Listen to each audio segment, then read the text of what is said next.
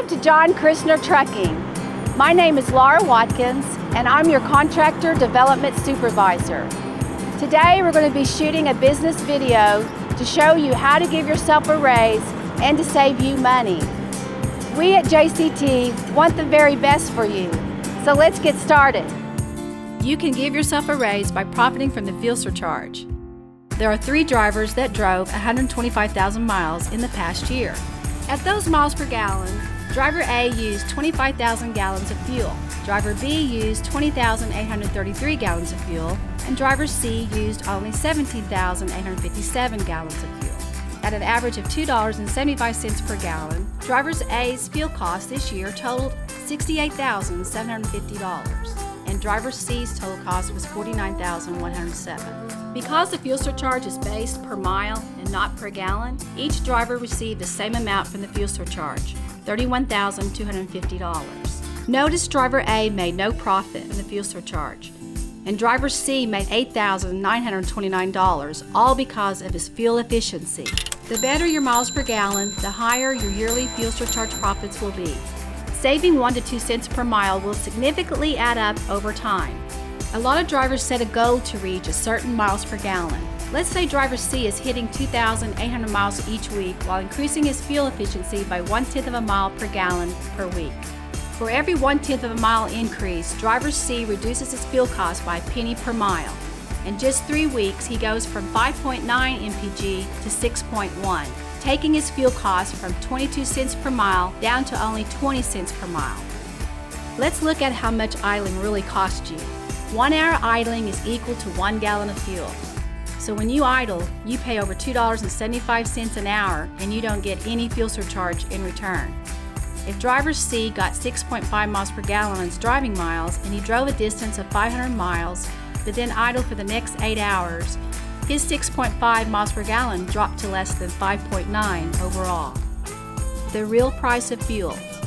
If the fuel surcharge is at 25 cents per mile, driver C acquires $700 each week regardless of his MPGs. The net cost of fuel with the fuel surcharge at 6 miles per gallon was $583.33. At 7 miles per gallon, the net fuel cost was only $400. That's a difference of $183.33.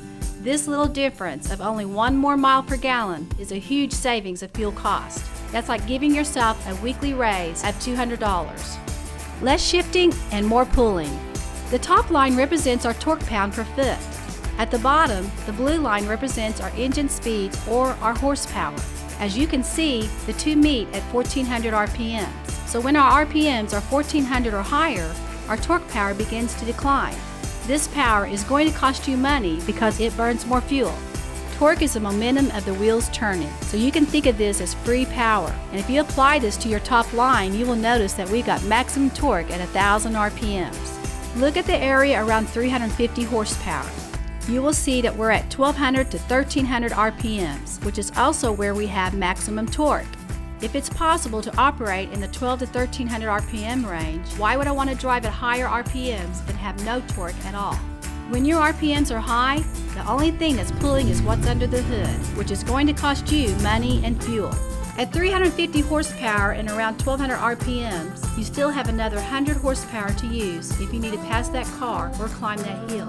If you are already running at high RPMs, that will be very difficult because your truck's power is maxed out. The left is your horsepower. This is your truck on a level plane with the key turned on, the fan hub engaged, air conditioning, and radio is on. It takes almost 100 horsepower just to maintain 60 miles per hour. Now look at the orange line, the aerodynamic drag. After 55 miles per hour, this line ascends very quickly. JCT's trucks are governed at 68 miles per hour, so when you hit 68, your aerodynamic drag increases to about 185 horsepower. That may not seem like a lot. 110 horsepower at rolling friction plus 185 horsepower from aerodynamic drag equals 295 horsepower. Your truck only has 450 horsepower, so that leaves you with only 155 horsepower left to climb that hill or pass that car in traffic. If you don't believe that aerodynamic drag affects your miles per gallon, keep in mind that your truck and trailer is equivalent to 60,000 cubic feet of air that has to be displaced as it moves down the highway. Take advantage of both your engine power and your torque. This will help you become as efficient as possible. John Christner Trucking wants you to be successful. I'm Laura Watkins, your Contractor Development Supervisor. Please give me a call. We're here to help you be successful in your business.